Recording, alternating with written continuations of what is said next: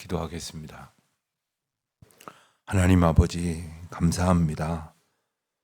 오늘도 새 하루를 주시고 저희에게 이와 같은 은혜를 베푸시사 이만큼의 건강을 가지고 우리의 손과 발을 움직여 주의 전으로 나올 수 있도록 인도하여 주신 것을 감사드립니다.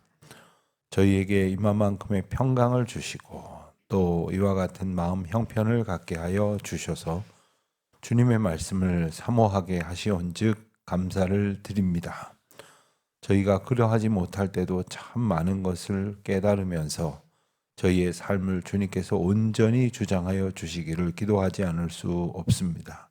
하나님, 때로는 저희의 형편이 그리 나쁘지 않음에도 불구하고 마음이 하나님께로 온전히 향하여 드리지 못할 때도 있습니다. 하지만 반대로 저희의 형편이 참 어렵고 힘들지만 하나님의 크신 은혜 가운데에 붙들린 바 되어서 주님을 바라보는 믿음을 더하여 주시고 또 말씀을 사모하는 간절함을 주심으로 주님의 말씀이 저희 가운데 심겨지는 놀라운 구원의 역사도 보게 됩니다. 아버지 하나님, 이 아침에 다시금 주님의 은혜를 구합니다. 저희 마음을 주장하여 주시옵시고 생명력 있는 주의 말씀이 심겨질 때에 하나님의 권능을 힘입어서 그 구원의 은총을 얻어 열매 맺고 결실하는 주님의 귀한 백성들 다 되게 하여 주시기를 간절히 기도드립니다. 때로는 견뎌야 할 일이 있을 줄 압니다. 하나님께서 하나님의 때에 하나님의 방식으로 하나님의 일을 이루시고자 할 때에는 저희가 저희의 고집을 내려놓아야 함에도 불구하고 여전히 헛된 생각에 얽매여 있는 저희들을 불쌍히 여겨 주시옵시고 오직 주님의 뜻을 구하는 믿음의 자세를 더욱더 고쳐 잡을 수 있도록 은혜를 베풀어 주시기를 간절히 기도드립니다. 하나님 아버지, 지난날 저희들을 여기까지 인도하여 주신 주님의 크신 은혜를 저희들이 마음속에 간직하고 또 생각 가운데 기억하며 이제도 허락하실 은총을 사모하오니 주여 저희들을 온전히 붙들어 주장하여 주시옵소서. 하나님, 새로운 예배당 건축을 위해 하나님께서 허락하여 주신 놀라운 은혜가 너무나도 귀하고 큽니다. 여기까지 인도하여 주신 주님 감사하옵고 감사드립니다. 이제 돌아오는 주일을 저희들이 마지막으로 이곳에서 또 건축사회관에서 예배를 드린 후에는 이제 22일부터는 새로운 예배당에서 예배를 드리고자 합니다. 하나님, 중간에 명절 연휴가 끼어 있어서 준비에 여러 가지 어려움도 있을 줄 아오나 하나님 저희들을 굳게 붙들어 주시고 잘 감당할 수 있도록 도와주셔서 이 세밀한 부분을 최대한 애쓰고 메워서 예배를 드릴 수 있는 형편에 이르게 도와주시옵소서. 하나님, 주차 문제를 비롯해서 오히려 더 불편해지는 일도 있을 줄 압니다. 하지만 저희들이 편하고자 예배당을 지은 것이 아니라 만민이 나와 예배하며 기도하는 귀한 집을 세우라 하신 사명에 응답함이요 또한 하나님께서 자녀들과 오고 오는 세대를 향하여 구원의 방주가 될 만한 그런 하나님의 거룩한 역사의 전을 짓도록 하심인 줄 아오니 그저 저희들 편하려고 어떻게든 궁리하는 것이 아니라 어찌하든지 하나님의 말씀이 말씀되어 선포되어지는 귀한 믿음의 터전되게 하여 주시옵소서. 온 성도들이 서로 모여 사랑으로 연합하며 주신 사명 감당하며 무엇보다도 하나님의 은혜를 나누는 귀한 공동체가 되게 하여 주시옵소서. 주님, 또 한 가지 마음에 걸리는 것이 있습니다. 저희들이 예배당을 짓느라고 벌써 여러 해 동안 큰 불편을 겪었던 이웃들이 있습니다. 또 이제 주일마다 혹은 여러 주중의 시간들을 통해서 또 새벽마다 이제 저희 성도들이 모여 예배하고 또한 기도하게 됨으로 인하여 그 주변이 이전보다 더 복잡해지는 것을 불편하게 여길 이웃들도 있을 것입니다. 하나님, 그것이 단지 환경의 변화가 아니라 생명의 말씀이 그들 가까이로 허락되어지는 은혜의 기회인 줄 저희 모두가 깨닫게 하여 주시어 주님을 알지 못하는 사람들이 주님을 만나는 계기가 되게 하여 주시옵시고, 예배를 멈추었던 자들이 그곳에 세워지도록 허락하신 예배의 자리에서 다시 주님 만날 수 있도록 은혜를 더하여 주시기를 기도드립니다. 주님, 오늘도 말씀 붙들고자 할 때에 깨닫는 지혜를 얻게 하여 주시옵소서. 감사하오며 예수님의 이름으로 기도드립니다. 아멘.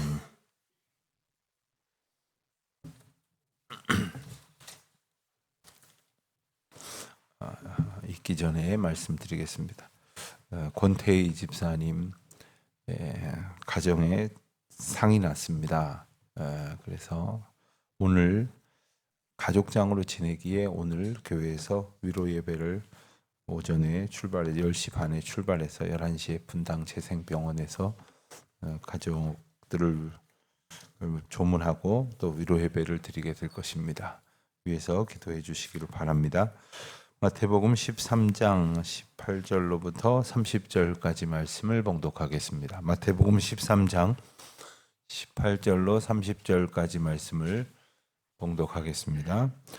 그런즉 씨 뿌리는 비유를 들으라. 아무나 전국 말씀을 듣고 깨닫지 못할 때는 악한 자가 와서 그 마음에 뿌려진 것을 빼앗나니, 이는 곧 길가에 뿌려진 자요 돌밭에 뿌려졌다는 것은 말씀을 듣고 즉시 기쁨으로 받되 그 속에 뿌리가 없어 잠시 견디다가 말씀으로 말미암아 환난이나 박해가 일어날 때에는 곧 넘어지는 자요.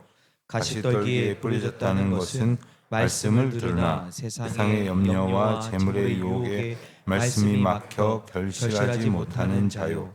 좋은 땅에 뿌려졌다는 것은 말씀을 듣고 깨닫는 자니 결실하여 어떤 것은 100배, 어떤 것은 60배, 어떤 것은 30배가 되느니라 하시더라.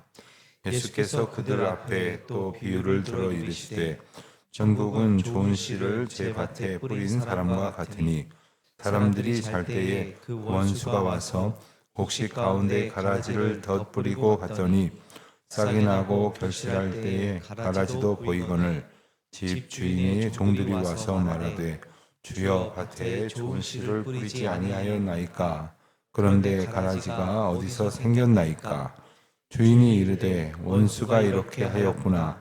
종들이 말하되, 그러면 우리가 가서 이것을 뽑기를 원하나이까? 주인이 이르되, 가만두라.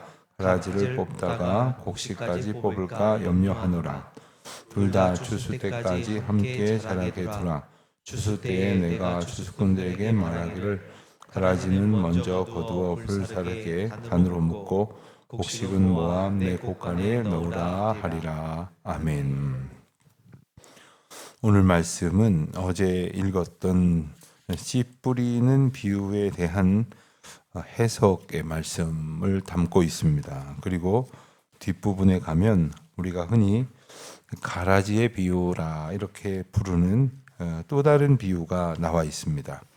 마태복음 13장에는 모두 7가지의 비유가 있는데, 천국에 관한 비유다 이렇게 제목을 붙입니다. 그러니까 7가지 비유를 통해서 천국의 비밀을 설명하는 것이다. 이것을 먼저 전제를 가지고 한 가지 한 가지의 비유를 이해할 수가 있겠습니다. 천국은 하나님의 다스리심, 하나님의 통치, 즉 말씀을 통한 하나님의 인도하심이 있는 곳이다 라고 했을 때, 그 말씀은 우리 가운데 어떻게 되어야 하는가? 어제 오늘 여러 절의 말씀을 읽으시면서 예수님이 말씀하신 비유와 그리고 그 비유를 친절하게 해설해 주신 말씀을 보면서 우리에게 여러 단어가 이제 떠오르게 될 것입니다만은, 저는 한 가지 단어에 좀 더 깊이 묵상을 해보곤 했습니다. 그것은 바로 결실이라는 단어입니다. 결실. 중간중간에 결실이라는 표현들이 나오는데, 오늘 읽은 말씀에도 보면 22절에 보면 결실하지 못하는 자요. 그래서 말씀이 심겨졌는데 가시떨기에 뿌려졌기 때문에 결실하지 못하였다 하는 말씀 표현이 나오면서, 그 다음 절인 23절에 보면 좋은 땅에 뿌려졌다는 것은 말씀을 듣고 깨닫는 자니 결실하여 100배, 60배, 30배가 되었다. 이렇게 말씀을 하십니다. 그러니까 생명력 있는 말씀이 심겨지면 어떻게 된다고요? 결실하게 된다 하는 겁니다. 그러니까 우리가 말씀이 우리 가운데 결실하지 못하고 있다고 한다면 우리에게서 우리가 고칠 능력은 없지만 원인을 분명히 알아야 합니다. 내 마음의 형편을 알아야 합니다. 밭은 사람의 마음가짐이라고 말씀을 해주셨습니다. 그러니까 네 가지 밭 중에서 내 마음 밭은 어떤 형편일까? 다시 말씀드리지만 우리가 마음을, 다시 말하면 밭의 형질을 우리가 우리 노력으로 바꿀 수가 없습니다. 그러니까 오늘 본문의 메시지, 그러니까 씨 뿌리는 자의 비유에 있어서 메시지는 좋은 밭이 됩시다가 결코 될 수가 없는 겁니다. 우리는 좋은 밭이 될 수 없는 나쁜 밭임에다가 밭을 바꿀 수 있는 능력이 없는 무능력한 사람, 무능력한 존재라는 사실을 알아야 됩니다. 그러니까 신앙이란 결국 뭐냐 하면 하나님의 은혜로 변화받는 것이지 내 노력으로 변화되는 게 아니라는 겁니다. 교회에 아무리 오래 나갔다 하더라도 말씀이 생명력 있게 내 심령에 심겨져서 결실하지 않으면 안 되는 겁니다. 그러면 어떤 경우에 그 말씀이 심겨지지 않고 그래서 결실하지 못하게 되는가? 우선 그 세 가지 마음밭의 비유를 먼저 19절 이하에서 이렇게 소개를 합니다. 천국 말씀을 듣고 깨닫지 못할 때는 악한 자가 와서 그 마음에 뿌려진 것을 빼앗나니 이것이 길가에 뿌려진 형편이다. 즉 길가와 같은 마음밭을 가진 사람에게는 깨닫지 못할 때에 악한 자가 와서 마음에 뿌려진 것을 빼앗는다고 말씀을 하십니다. 자, 말씀을 들었습니다. 그런데 이 말씀을 듣고 어떻게 된다고요? 깨닫지 못할 때에는 마음에 심겨지지 못한다는 겁니다. 한 가지 중요한 문제가 여기에 소개가 됩니다. 말씀을 듣고 깨닫는 것에 관한 문제입니다. 이 말씀이 얼마나 중요한지를 23절에 가서 보면 좋은 땅에 뿌려졌다는 것은 말씀을 듣고 깨닫는 자니, 그러니까 결실하는 데 있어서 중요한 것은 뭐냐면 말씀을 듣는 과정은 꼭 같은데 깨달았느냐 깨닫지 못했느냐 여기에 차이가 있는 겁니다. 이것은 단지 어떤 인지적인 능력을 얘기하는 것이 아닙니다. 지성적으로 이것을 이해할 수 있는 그런 지식과 이해 능력을 가졌다는 뜻도 아닙니다.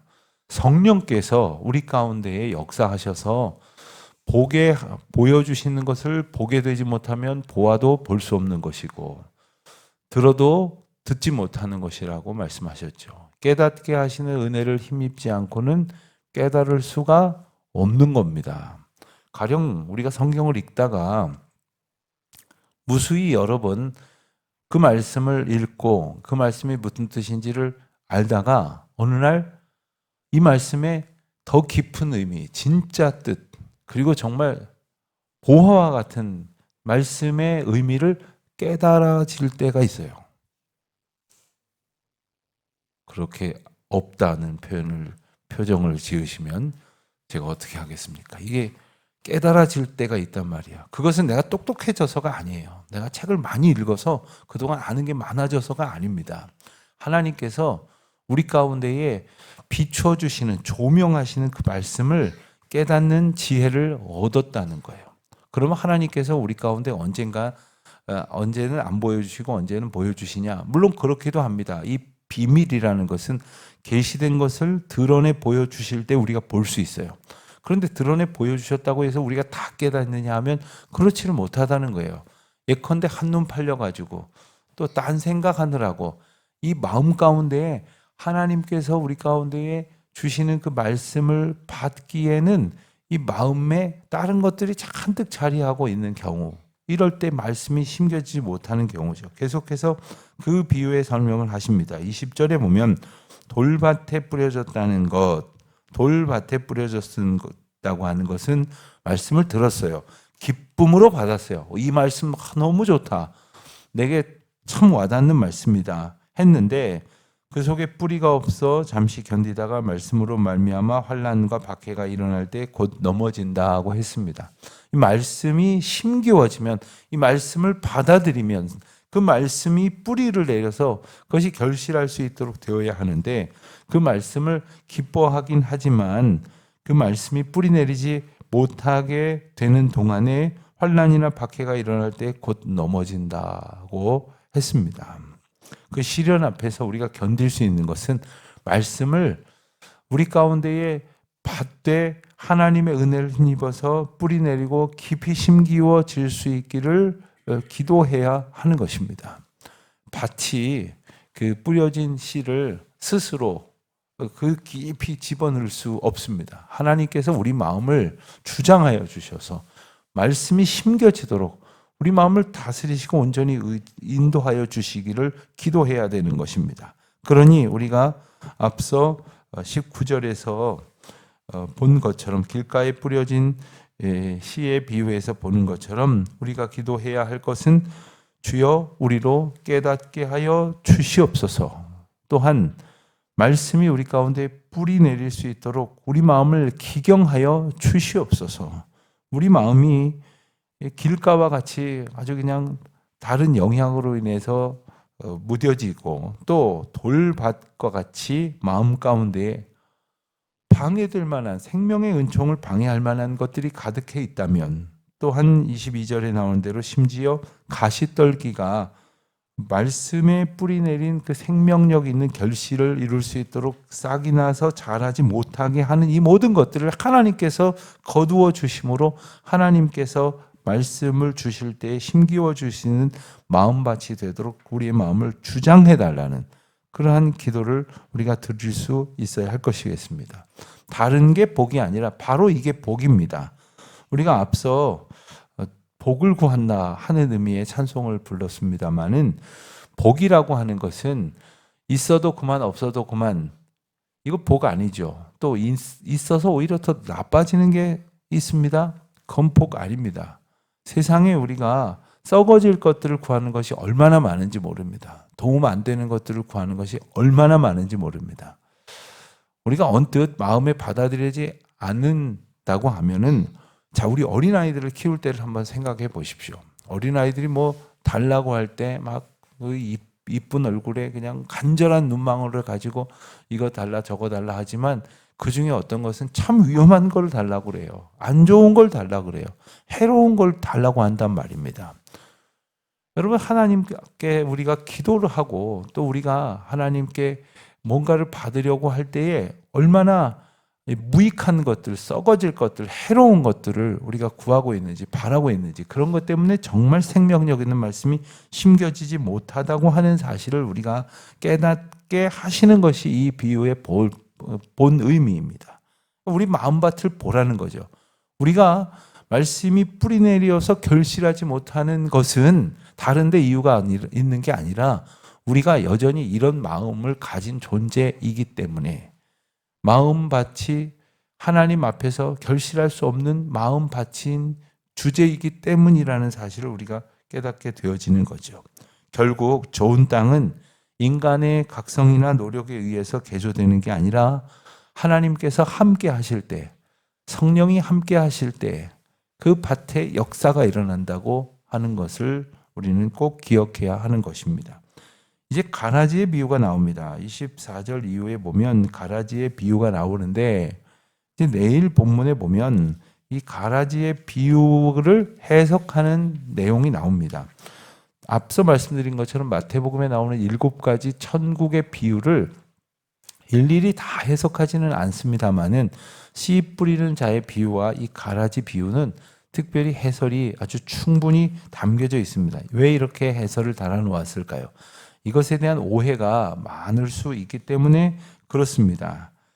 그런데 이 가라지의 비유의 경우에 있어서는 우리가 언뜻 생각하여 오늘 말씀까지만 본다면, 밭에 주인이 씨를 뿌렸는데 시간이 지나서 보니까 곡식도 자라고 가라지도 있다는 거죠. 그래서 이런 생각을 우리가 하다 보면, 아, 교회 안에 가라지가 있구나.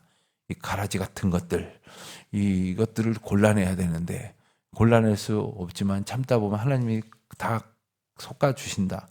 이 얘기로 해석해서는 안 됩니다. 왜 그런 거 하면 우리가 내일 읽겠습니다만 38절에 보면 이 가라지 비유에 대한 해설을 하시면서 의미를 개념을 이렇게 정리해 주십니다. 밭은 세상이요 좋은 씨는 천국의 아들들이요 가라지는 악한 자의 아들들이니라. 그러니까 이 여기서 나오는 밭의 비유는 앞서 나오는 밭의 비유하고 조금 다릅니다. 앞서 우리가 씨 뿌리는 자의 밭은 뭡니까? 각 사람의 심령이라는 마음 밭을 얘기하는 거죠. 마음 형편을 우리가 알게 하시려고 밭의 비유를 사용하셨는데 가라지에 있어서의 비유는 알곡도 있고 가라지도 있는데 그런 세상 속에 우리가 살아가고 있다는 거예요. 그러니까 하나님께서 심판하실 때를 기다림으로 알곡은 곡식 맺기를 소원해야지 가라지더러 저게 가라지다, 저게 더 나쁜 가라지다, 저건 당장 없어져야 될 가라지다 할 것이 아니라는 겁니다. 좀 더 말씀을 보자면 27절에 보면 집주인의 종들이 와서 말하되 주여 밭에 좋은 씨를 뿌리지 아니하였나이까. 그런데 가라지가 어디서 생겼나이까. 그렇습니다. 가라지가 어디서 생겼을까? 도대체 세상에 이든 그것이 교회라고 하는 또 다른 의미의 세상 속에서 있는 공동체 안에 가라지가 왜 있을까? 제가 말씀드린 것이 세상에는 가라지가 있고 교회 안에는 없다 소리는 또 아닙니다. 세상에도 그렇듯이 교회 안에도 얼마든지 그렇습니다. 어떨 때 보면 세상보다 더하다고 그러는데 더할 수밖에요. 죄인들인 사람들이 모였으니 어찌 보면 세상보다 더할 수밖에요. 문제는 뭐냐 하면 말씀이 결실하여서 열매 맺음으로 인해서 죄인 되었던 자가 회개하고 주께로 돌아오는 거룩한 역사가 있느냐 없느냐의 문제가 아닙니까? 그래서 이 가라지가 어떻게 생겼는지에 대한 의문을 우리가 늘 가질 수밖에 없어요. 이 원리를, 이 영적 원리를 25절에서는 이렇게 설명을 합니다. 사람들이 잘 때에 그 원수가 와서 곡식 가운데 가라지를 덧뿌리고 갔다 했습니다. 그 곡식 가운데다 가라지를 덧뿌리고 갔다는 거예요. 세상 가운데 악한 영의 공중 권세 잡은 사탄의 세력이 세상에 가라지를 덧뿌리고 갔다는 거예요. 그 가라지의 영향, 그것이 알곡은 알곡대로 자라게 하지만 알곡들 사이에서 가라지가 끼어서 알곡이 온전히 알곡되어 성장하지 못하게 된다는 것이죠. 물론 곡식이 옆에 곡식 본다고 해서 그 곡식처럼 바뀌느냐 이런 또 의문을 비유 가운데서 찾을 수는 있지만 인격을 가진 존재로서의 인간은 다른 사람들의 영향을 가장 쉽게 받을 수 있습니다. 자, 예컨대 사람에게 인격이 있다고 한다면은 개에게는 뭐 견격이 있다고 해야 되겠습니까? 어쨌든 개도 개 나름대로 어떤 그 가치가 있고 뭐 격이 있다고 하겠습니다. 뭐 어떤 동물마다 그런 게 있다고 하겠습니다. 사람이 어떤 동물로부터 그 가치와 그 격에 대한 영향을 받기가 쉽겠습니까? 같은 형질인 사람에게서 영향을 받기가 쉽겠습니까? 당연히 사람에게서 영향을 받기 쉽다는 거죠. 비록 우리가 하나님의 말씀의 은혜를 얻고 살아간다고 하더라도 하나님의 말씀을 더 사모하고 매일매일 하나님 주시는 말씀의 은혜 가운데에 마음이 새로워지고 거듭나고 결실하는 은혜를 받지 못하면 우리는 당연히 그런 영향을 더 받을 수밖에 없는 존재이죠. 그러나 그럼에도 불구하고 천국의 비유는 바로 구원으로 귀결되어지는 하나님의 주권은 하나님께서 하나님의 때에 하나님의 방법으로 추수하신다는 겁니다. 그 추수하실 때가 이르도록 그냥 두라고 말씀을 하십니다. 30절에 보면 둘 다 추수할 때까지 함께 자라게 두라. 추수 때에 내가 추수꾼에게 말하기를 가라지는 먼저 거두어 불사르고 단으로 묶고 곡식은 모아 내 곡간에 넣으라 하리라. 곡식과 가라지를 왜 그냥 둘까 하는 의문을 우리가 갖기 쉽습니다만은 그것이 작았을 때에는 아직 크기가 길이가 적었을 때에는 이게 곡식인지 가라지인지 분별을 못 한다는 거예요. 농부들도 아주 숙달된 농부들도 피를 뽑는다고 하죠. 피를 뽑을 때 덜어는 이제 별을 뽑는단 말입니다. 왜? 분간을 못하니까요. 우리에게 분간할 수 있는 그런 지혜가 없다는 것입니다. 그러나 그것이 시간이 지나서 자라는 것을 보면 그것이 어떤 생명력을 가졌는지를 우리가 알 수 있게 되어지는 것이죠. 세상 속에서 또한 우리는 신앙생활 하는 가운데 정말 때로는 처음에는 무엇인지 알지 못하였으나 나중에 정말 그의 본체가 성령의 사람인지 그렇지 않았는지를 우리가 알 수 있게 되는 것입니다. 그러니까 이 씨 뿌리는 자와 가라지 비유를 연결해서 본다면 참 놀라운 비밀 하나를 우리가 발견하게 되는데, 이 밭이라고 말하는 어떤 그 형편은 그 상태로는 어떤 형질을 가졌는지 사실 몰라요. 판단하기가 어렵습니다. 그런데 씨가 딱 뿌려져 보면 결실하는 좋은 땅이 있고 뿌리도 내리지 못하는 길가와 같은 밭이 있고 그리고 돌밭 같은 것이 있고 가시덤불에 휘 감겨 있는 밭이 있다는 겁니다. 말씀이 우리 가운데 심겨질 때 그 밭의 형질이 드러나는 거예요. 말씀이 우리 가운데 와 닿을 때 우리의 영적 현실이 드러나는 것이란 말입니다. 교회도 마찬가지입니다. 여러분, 수많은 교회에 매일매일 말씀이 심겨지고 매주 말씀이 심겨지고 또 말씀이 선포된다고 우리는 잘 알고 있지 않습니까? 그런데 과연 그 말씀의 능력이 결실하는 그러한 역사가 과연 어떻게 나타나느냐 하는 거죠. 저는 그렇게 다녀보지 못해서 모르겠습니다만은 요즘은 그런 분들 잘 없죠. 그런데 과거에는 1년 12달 부흥회를 다니시는 목사님들이 계셨어요. 아주 유명한 한국 교회가 지금처럼 미디어가 발달이 안 됐는데도 많이들 들어보셨을 만한 그런 유명한 부흥사들을 이렇게 보면은 스케줄에 보면은 본인 섬기는 교회가 있지만 일주일에 2군데씩 이렇게 집회를 다니세요. 그런데 그분들 집회하시러 다니시는 중에 꼭 하시는 말씀이 있어요. 제가 많은 교회를 다녀봅니다만은 이런 교회도 있고 저런 교회도 있습니다. 그러니까 그분이 사실 전하는 메시지가 죄송하지만 매일 비슷할 거 아니겠어요? 그게 매번 달라지겠습니까? 그런데 어떤 그 마음 밭에는 어떤 말씀의 그 심정에는 다르다는 거예요. 그런데 그것을 우리가 다르게 할 수 없다는 이야기를 다시 한번 드립니다. 오직 성령께서 우리의 마음밭을 주장하신다는 것을, 우리 교회의 마음밭을, 심령을, 또 우리 교회 성도들의 심령을 주장하실 것을 우리가 다시금 깨닫고 오직 주님의 은혜와 긍휼만을 구합니다. 깨닫게 하옵소서, 심겨지게 하옵소서, 말씀으로만 결실하게 하옵소서, 곡식되어 온전히 자라게 하옵소서. 귀와 같은 믿음의 소원을 가지고 우리를 자라게 하신 주님을 기뻐하는 저와 여러분 되시기를 주님의 이름으로 축원드립니다. 하나님 아버지, 저희는 도무지 아무런 생명의 결실을 가지지 못할 만큼 완악하고 그리고 무익한 그런 종들입니다. 게다가 저희의 마음은 형편없이 어그러져 있고 그리고 곡식을 맺기에는 황폐하게 되어져 있었습니다.